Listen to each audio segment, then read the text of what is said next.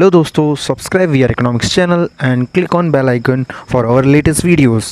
तो हेलो दोस्तों, कैसे हैं आप सभी लोग। Welcome to we are economics. तो वी आर इकोनॉमिक्स के इस वाले वीडियो में देखेंगे, जैसे कि हम लोग बात कर रहे हैं नेशनल इनकम सेशन 2021 के बारे में।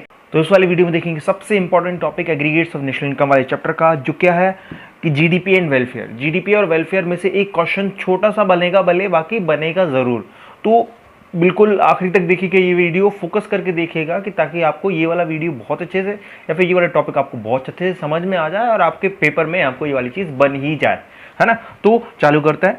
तो अच्छा, इसके पुराने वीडियोस देखने के लिए आप इधर आई बटन में जा सकते हैं, बहुत सारे वीडियोस हैं वहाँ पे नेशनल इनकम या फिर इसका सबसे पहला चैप्टर का पूरा प्लेलिस्ट डाला हुआ है मैंने आई बटन में। तो आप वहाँ से पूरा पहला चैप्टर देख सकते हैं। आपका सेशन 2021 बहुत अच्छे से एग्जाम्स दे सकते हैं आप उस चीज़ के, अगर आपने हमारे वीडियोस बहुत शानदार तरीके से देखे हैं। तो बात करते हैं हम लोग जीडीपी एंड वेलफेयर की। तो जीडीपी एंड वेलफेयर की बात करते हैं तो सबसे पहली चीज़ इसमें क्या रहेगी कि real GDP was considered as an index of welfare of the people. कि real GDP was considered as an index of the welfare of the people. ये क्या होता है, रियल जीडीपी क्या होता है?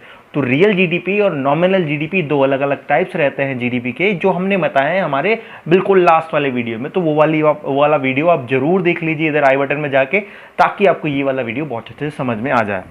तो जैसे कि हम लोग ने हमारे लास्ट वीडियो में दो तरीके से जीडीपी देखे थे, एक था रियल जीडीपी, एक था नॉमिनल जीडीपी। रियल जीडीपी वो जो ऐसा जीडीपी था जहां पे हम जीडीपी को कैलकुलेट करते थे at the constant prices of the commodities से, ठीक है। और इसी तरीके से बात करें, नॉमिनल जीडीपी एक ऐसा जीडीपी था जहां पे हम लोग कैलकुलेशन ऑफ जीडीपी करते थे at the current prices of the commodities से, ठीक है। करंट प्राइसेस मतलब आज की प्राइसेस के हिसाब से, और कांस्टेंट प्राइसेस मतलब कि एक कांस्टेंट हमने बेस ईयर सेलेक्ट कर लिया, उस बेस ईयर की प्राइसेस के हिसाब से हमेशा जीडीपी निकालेंगे। तो उसकी वजह से फाइनली ये बोला जाता है कि रियल जीडीपी को हम लोग इंडेक्स ऑफ वेलफेयर मानते हैं, कि अगर रियल जीडीपी बढ़ेगा हमारी इकोनॉमी में तो हमारी इकोनॉमी में वेलफेयर भी बढ़ेगा। तो वेलफेयर एक्चुअली होता क्या है? तो welfare of the people is measured in terms of the availability of the goods and services पर पर्सन। वेलफेयर क्या होता है? वेलफेयर, हमारा वेलफेयर की बात करें, एक जनरल पब्लिक के वेलफेयर की बात करें, तो जनरल पब्लिक का वेलफेयर तब नहीं बढ़ता है कि उसके जीडीपी बढ़ रहा है, इकोनॉमी में जीडीपी बढ़ रहा है, नेशनल इनकम बढ़ रहा है, पर कैपिटा इनकम बढ़ रहा है, तब नहीं जीडीपी उनका वेलफेयर बढ़ता है। उनका वेलफेयर, जनरल पब्लिक का वेलफेयर तब बढ़ता है जब पर पर्सन गुड्स एंड सर्विसेज उनको ज्यादा मिलेंगी। कि आज हमारी कंट्री में 1 लाख चीजें बनती थी, 1 लाख चीजें बनती थी और वो बांट दी जाती थी 131 करोड़ लोगों में, ठीक है। अब हमारी कंट्री में जीडीपी के एक्चुअल बढ़ने का या वेलफेयर के बढ़ने का पॉइंट कब होगा?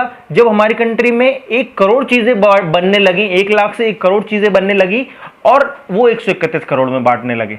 तो वेलफेयर का होगा, वेलफेयर का मतलब क्या होगा? वेलफेयर तब होता है जब गुड्स एंड सर्विसेज पर पर्सन लोगों को ज्यादा मिलने लगती हैं।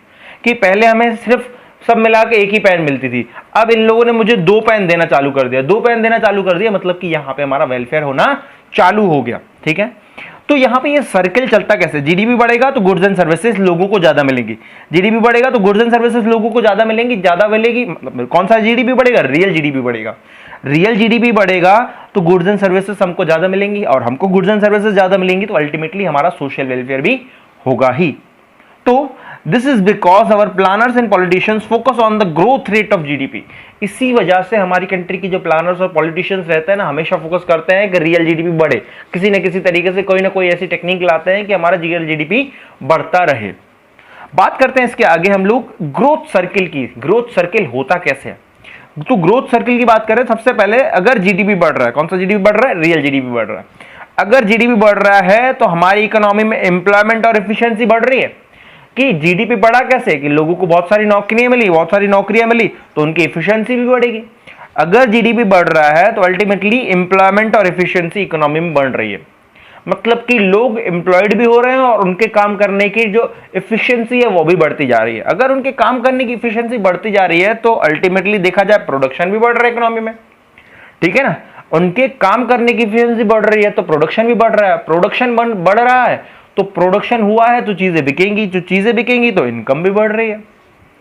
अगर हमारी इनकम हुई तो हमारी इनकम हुई, 10 लोग और की इनकम हुई तो हम लोगों की इनकम हुई, तो हम लोग डिमांड भी बढ़ाएंगे।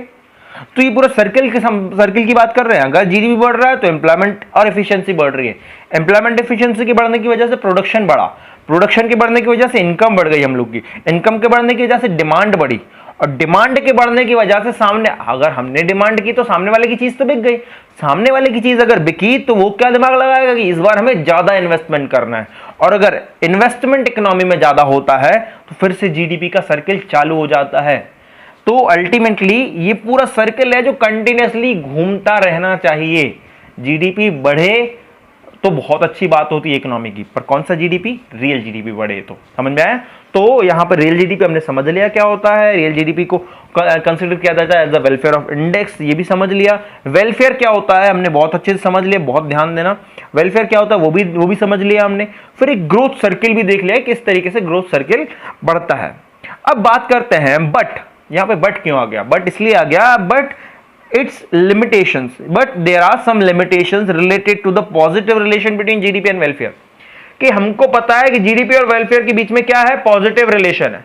जीडीपी और वेलफेयर के बीच में पॉजिटिव रिलेशन है, तो उसके बीच में भी कुछ लिमिटेशंस आ गई कि जीडीपी बढ़ेगा वेलफेयर बढ़ेगा, जीडीपी बढ़ेगा वेलफेयर बढ़ेगा। पर ऐसी कौन सी चीजें हैं जो हमारे जीडीपी को बढ़ने से रोक रही हैं, या फिर ऐसी कौन सी चीजें हैं जो जीडीपी तो बढ़ रहा है पर वेलफेयर नहीं हो रहा? वहां पे क्यों नहीं हो रहा? कौन सी चीजें ऐसी? तो सबसे पहला, अच्छा यही चीज मैं बताने चाह रहा था कि यही चीज सबसे इंपॉर्टेंट चीज है, लिमिटेशंस। सीधा सा एक क्वेश्चन आ जाता है, explain the limitations of positive relation between GDP and welfare. Limitations आ जाएगा, या ये 4 लिमिटेशंस होते हैं टोटल, इन 4 में से कोई एक लिमिटेशंस आपको पूछ लिया जाएगा। Explain distribution of income as a positive relationship, as a limitation of positive relation between GDP and welfare. तो बात करते हैं सबसे पहली चीज, डिस्ट्रीब्यूशन ऑफ इनकम। हमारी कंट्री में डिस्ट्रीब्यूशन ऑफ इनकम किस तरीके से लिमिटेशन बन जाता है positive relation between income and GDP and welfare का। तो डिस्ट्रीब्यूशन ऑफ इनकम की बात की जाए तो हमारी कंट्री में कुछ इस तरीके से है कि the distribution of income turns unequal and the growth rate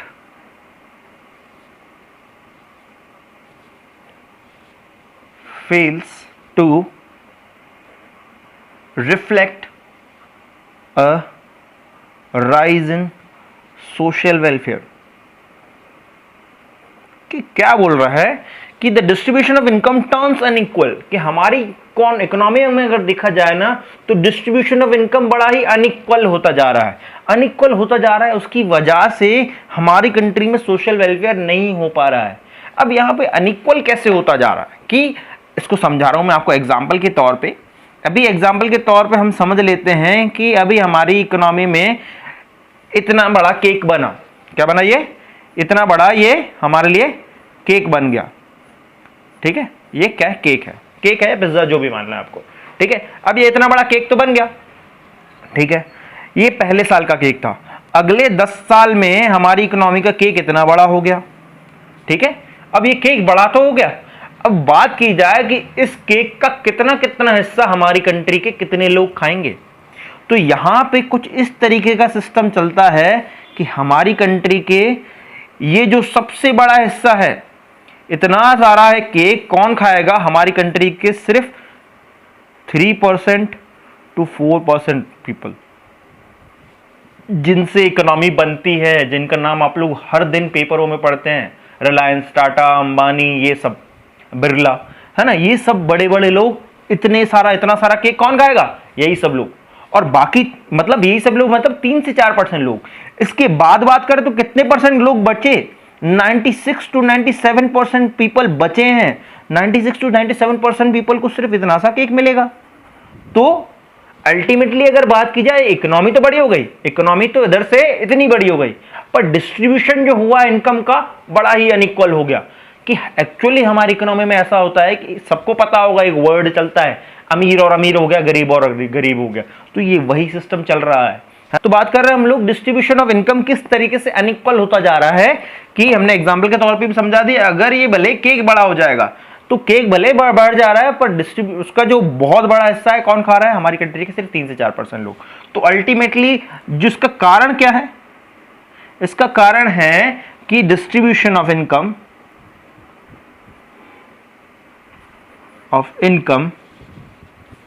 is becoming increasingly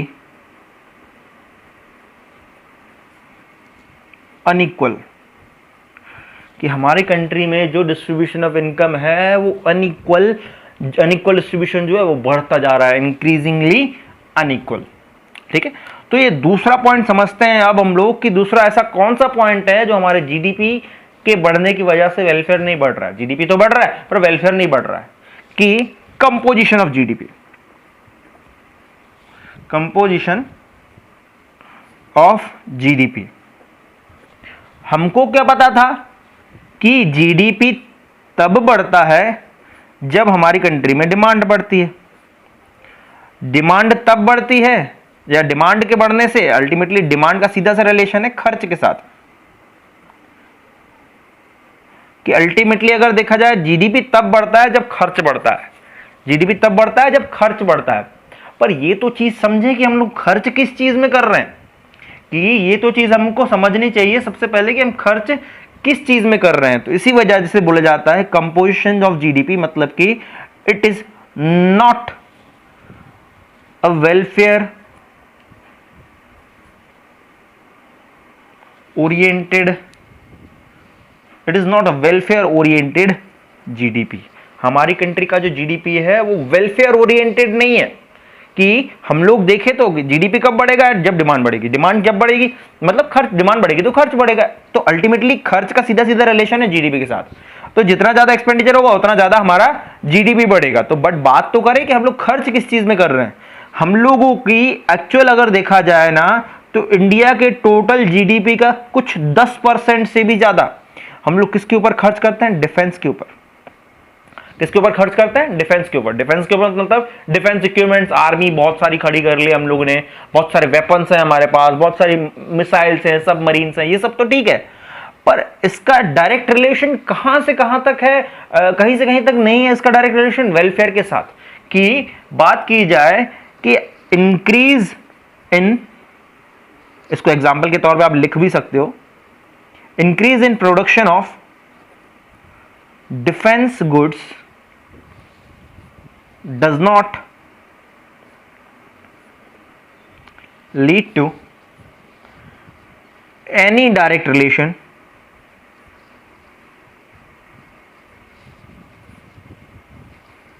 in welfare of people। कि हमारी कंट्री में डिफेंस पे भले हम लोग खर्च कर रहे हैं पर उसका डायरेक्ट रिलेशन क्या है, पीपल के वेलफेयर के साथ कोई रिलेशन नहीं है। कि एक और एग्जांपल इसी को और तरीके से समझा दे रहे हैं कि मान लीजिए एक बंदा है, ये है ना, एक बंदा है। अब इसको ना सरकार ने बोले ये गरीब, बहुत गरीब आदमी है, इसके पास खाने के लिए रोटी नहीं है, पर सरकार ने इसके डिफेंस को सिक्योर करने के लिए, मतलब इसको सिक्योरिटी देने के लिए इसके चारों तरफ पुलिस लगा दी, है ना, इसके चारों तरफ बढ़िया पुलिस लगी हुई है ना, इसको सिक्योर कर रही है, इसको सिक्योर कर रही है। पर सरकार ने ये बोला है कि इसको खाने के लिए मत देना, मतलब खाने के लिए नहीं देना, सिक्योरिटी देना। इन सब के पास बढ़िया बंदूकें हैं, गन्स हैं, कैमरे लगे हुए हैं चारों तरफ, इसको सिक्योरिटी देने के लिए। सिक्योरिटी तो दे रहे हैं पर खाना नहीं दे रहे हैं। खाना नहीं दे रहे हैं मतलब अल्टीमेटली खुद ही मर जाएगा। कि इंडिया का जीडीपी अगर देखेंगे ना तो लाखों करोड़ों में होता है। लाखों करोड़ों का हम लोग 10% सिर्फ डिफेंस में खर्च कर देता है। अगर 10% ना खर्च करके हम लोग सिर्फ 5% डिफेंस में खर्च करें और 5% इन लोगों के खाना खाने में लगा दें या फिर इनके डायरेक्ट वेलफेयर में लगा दें, तो अल्टीमेटली इकोनॉमी ग्रो होना चालू हो जाएगी। पर नहीं, हम लोग उसकी सिक्योरिटी में फोकस करना चाह रहे हैं, ना कि उसका एक्चुअल वेलफेयर में। समझ में आया? ये हमने आपको एग्जाम्पल के तौर पर बताया है।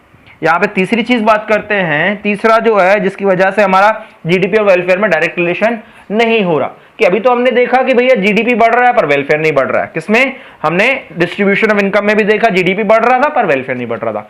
यहाँ पे हमने देख लिया कंपोजिशन ऑफ जीडीपी में डिस्ट्रीब्यूशन बढ़ रहा था, जीडीपी बढ़ रहा था पर वेलफेयर नहीं बढ़ रहा था। पर तीसरा पॉइंट ऐसा भी तो हो सकता है कि इकोनॉमी में जीडीपी बढ़ा ही नहीं, जीडीपी बढ़ा नहीं मतलब कैसे? तो यहां पे अभी भी कहीं जगह ऐसा चलता है हमारी इकोनॉमी में, नॉन मॉनेटरी एक्सचेंजेस, कि अभी भी हमारी इकोनॉमी में कई जगह ऐसा चल रहा है जहां पे नॉन मॉनेटरी एक्सचेंजेस चल रहे हैं कि even now we are talking about 21st century, हम लोग 21st सेंचुरी में जी रहे हैं अभी। तो even now in rural economies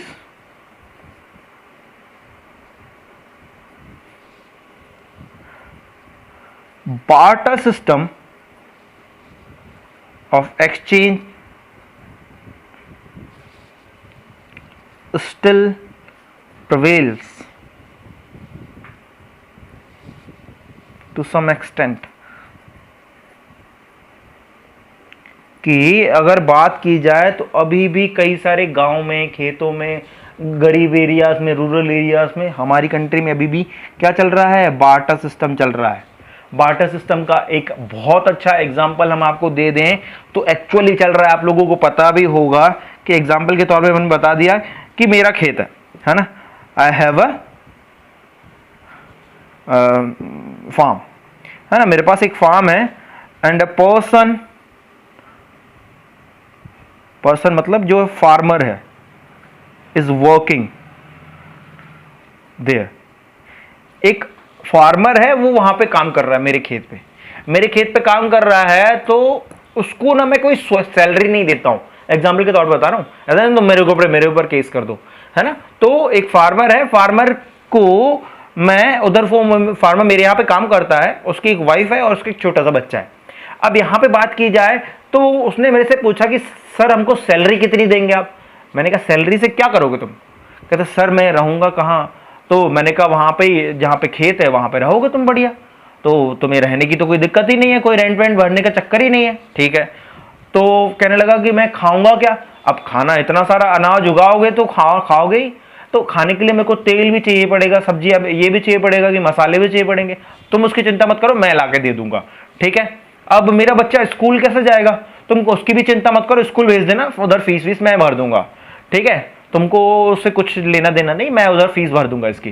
बात की जाए कपड़े की, तो कपड़े की तो मेरी खुद की दुकान है, तो मैं उससे कपड़ा लेके दे दूंगा तुमको। तो अल्टीमेटली मैंने उसको पैसे दिए क्या, मैंने उसको एक भी रुपया नहीं दिया, मैं उसको मंथली सैलरी कुछ भी नहीं दे रहा हूं। अब मंथली सैलरी नहीं दे रहा हूं तो उसकी इनकम जनरेट हो रही है क्या, नहीं। अल्टीमेटली उसका मैं उधर से बस पे करता जा रहा हूं, उसकी जो भी एक्सपेंसेस है मैं ही पे कर रहा हूं। अल्टीमेटली उसकी इनकम जनरेट हो रही है कि नहीं, उसकी इनकम जनरेट नहीं हुई तो उसका इनकम शो हुआ क्या, उसका इनकम दिखा भी नहीं। उसका इनकम नहीं दिखा तो जीडीपी कहां से बढ़ेगा, और जीडीपी नहीं बढ़ेगा तो वेलफेयर कहां से बढ़ेगा। तो अभी भी हमारी कंट्री में ऐसी सिचुएशन कई जगह चल रही है, जो मैंने आपको एग्जांपल बताया। तो ऐसी कई सारी जगह अभी भी हमारी इकोनॉमी में रेगुलेट हो रही हैं जहां पे क्या चल रहा है, बार्टर सिस्टम चल रहा है, ठीक है ना, जिसकी वजह से जीडीपी ही नहीं बढ़ रहा तो वेलफेयर कहां से बढ़ेगा। तो नेक्स्ट पॉइंट या फिर लास्ट पॉइंट बात करते हैं इस चैप्टर का, जो सबसे ज्यादा इस टॉपिक का जो सबसे ज्यादा इंपॉर्टेंट है, इस वाले पॉइंट में से आता ही है, इसलिए मैंने बोला था कि आखिरी तक जरूर देखिएगा वीडियो, तो इसको बहुत अच्छे से समझ लीजिएगा। तो ये कौन सा पॉइंट है, एक्सटर्नलिटीज। अभी एक्सटर्नलिटीज क्या होते हैं, externalities refers to good or bad impact of an economic activity. Externality क्या होती है, हमारी कंट्री में विदाउट पेइंग द प्राइस और पेनाल्टी फॉर दैट। कि एक्सटर्नलिटी क्या होती है, इट रिफर्स टू गुड और bad impact of economic activity without paying the price और पेनाल्टी फॉर दैट। कि जो भी हम इकोनॉमिक एक्टिविटी कर रहे हैं, हमारी इकोनॉमी में जो भी हम एक्टिविटीज कर रहे हैं, उसका गुड इंपैक्ट या बैड इंपैक्ट होता है, जिसको अपन बोलते हैं एक्सटर्नलिटी, जिसके ऊपर ना हम लोग प्राइस देते ना पेनाल्टी देते हैं। तो ये क्या होता है, इसको समझते हैं। तो एक्सटर्नलिटी होती है एक्चुअली दो तरीके की है ना। एक्सटर्नलिटी अगर देखा जाए ना तो दो तरीके की एक्सटर्नलिटी, एक रहता है positive externality,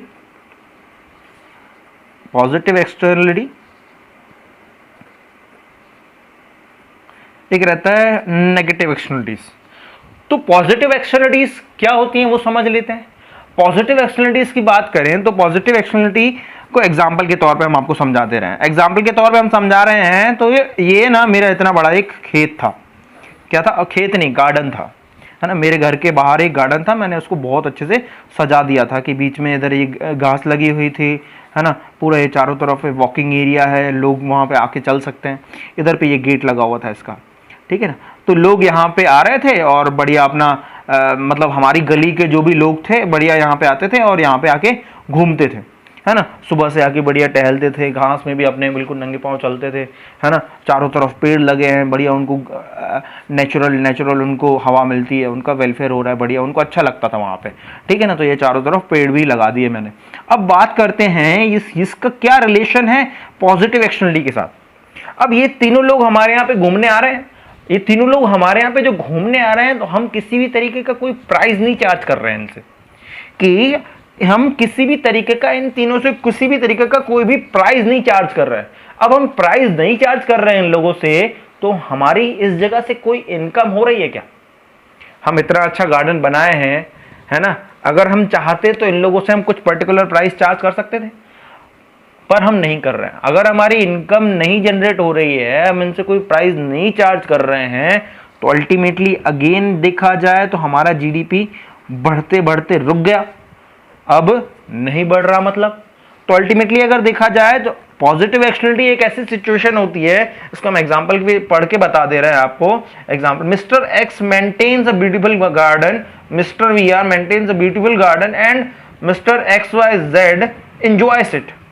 It adds to the welfare of Mr. XYZ, but he do not pay for that. वो किसी भी तरीके का पेमेंट हमें नहीं देते हैं ये तीन लोग, ठीक है, XYZ, ये तीन लोग हमें किसी भी तरीके का कोई भी पेमेंट नहीं देते हैं। तो अल्टीमेटली यहां से जीडीपी बढ़ रहा है क्या? मतलब हमारी इनकम नहीं हुई तो जीडीपी नहीं बढ़ा, जीडीपी नहीं बढ़ेगा तो वेलफेयर कहां से बढ़ेगा? तो पॉजिटिव एक्सटर्नलिटी भले है यहाँ पे कि इन लोगों का वेलफेयर, इनको तो मजा आ रहा है, पर जीडीपी नहीं बढ़ रहा, वेलफेयर नहीं बढ़ेगा, ठीक है। तो इन लोगों को तो मजा आ रहा है, तो ये भले ही पॉजिटिव एक्सटर्नलिटी है, पर इसका इम्पैक्ट जो है वो नेगेटिव ही है इकोनॉमी के लिए। इससे एक्चुअली जीडीपी नहीं बढ़ रहा और वेलफेयर भी नहीं बढ़ेगा। यहीं पे बात कर लेते हैं नेगेटिव एक्सटर्नलिटी की। नेगेटिव एक्सटर्नलिटी की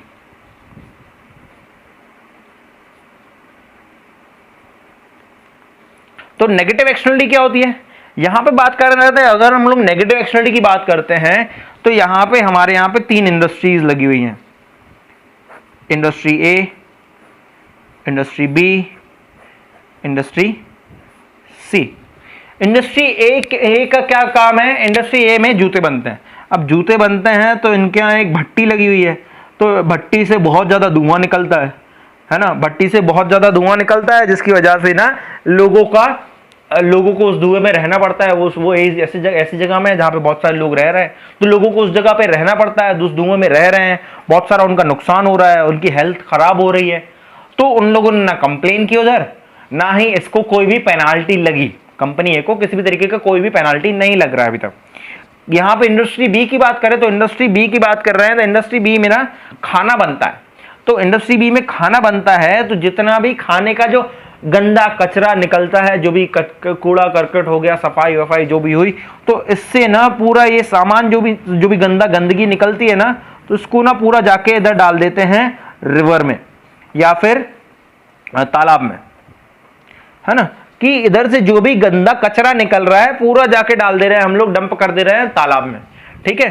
तो पूरा जब हम कचरा पूरा तालाब में डाल रहे हैं तो तालाब खराब हो रहा है। इवन अगर देखा जाए तो यहां पे क्या हो रहा था कि एयर पॉल्यूशन हो रहा था, है ना। यहां पे देखा जाए तो वाटर पॉल्यूशन हो रहा है। तो बात की जाए तो इससे भी किसी भी तरीके की कोई पेनाल्टी चार्ज की नहीं जा रही, क्योंकि की नहीं रहा है कि कौन कचरा फेंक रहा है, कैसे फेंक रहा है, क्यों कर रहा है ना। तो किसी भी तरीके की ऐसी कोई सरकारी संस्था नहीं है जो इनके ऊपर चार्ज करे। यहां पे बात की जाए तो इंडस्ट्री सी की बात की जाए, इंडस्ट्री सी में ना बहुत बड़े बड़े हॉर्न्स बनते हैं। क्या बनते हैं? हॉर्न मतलब समझ गए ना आप लोग कि चुंगे, है ना। यहाँ पे क्या बनते हैं? चुंगे बनते हैं। अब चुंगे बनते हैं तो बहुत सारी आवाज निकलेगी, वो लोग बहुत बार टेस्टिंग करके देखते हैं हर एक चुंगे की, है ना। चुंगे मतलब हॉर्न, है ना। जहाँ पे ये लोग बहुत बार इनको ना ट्राई करके देखते हैं, बहुत बार इनको ट्राई करके देखते हैं, तो बहुत सारी आवाज निकलती है यहाँ से, बहुत सारी आवाज निकलती है यहाँ से। तो इससे क्या क्रिएट हो रहा है? नॉइस पॉल्यूशन क्रिएट हो रहा है। तो ये तीनों लोग कहीं ना कहीं किसी न किसी तरीके से हमारी इकोनॉमी में पॉल्यूशन क्रिएट कर रहे हैं। भले ये पॉल्यूशन क्रिएट कर रहे हैं, पर ऐसी कोई भी संस्था नहीं है हमारी इकोनॉमी में जो इन पे किसी भी तरीके की कोई भी पेनाल्टी लगाए। तो अल्टीमेटली ये क्या हो गया, हमारा नेगेटिव एक्सटर्नलिटी। तो हमने दो तरीके की एक्सटर्नलिटी बताई, पॉजिटिव एक्सटर्नलिटी और नेगेटिव एक्सटर्नलिटी। दोनों एक्सटर्नलिटी को मिला भी देना तो भले ये पॉजिटिव है ये नेगेटिव है, उससे कोई फर्क नहीं पड़ता, इनका जो इम्पैक्ट है इकोनॉमी के ऊपर वो बैड ही पड़ता है। दोनों से ना जीडीपी बढ़ रहा है, इनको पेनाल्टी लगती है तो सरकार का जीडीपी बढ़ता वेलफेयर बढ़ता। तो दोनों से ना जीडीपी बढ़ रहा है ना वेलफेयर बढ़ रहा है। तो ये 4 पॉइंट्स हमने देखे आज की, ऐसे कौन से लिमिटेशंस रहते हैं जिससे हमारा जीडीपी और वेलफेयर के बीच में गैप क्रिएट हो जाता है, लिमिटेशन क्रिएट हो जाता है। तो thank you so much girls and guys for this video. इस वीडियो से रिलेटेड किसी भी तरह कोई भी अगर डाउट है आपको तो आप नीचे कमेंट बॉक्स में कमेंट कर सकते हैं। Thank you so much, bye bye.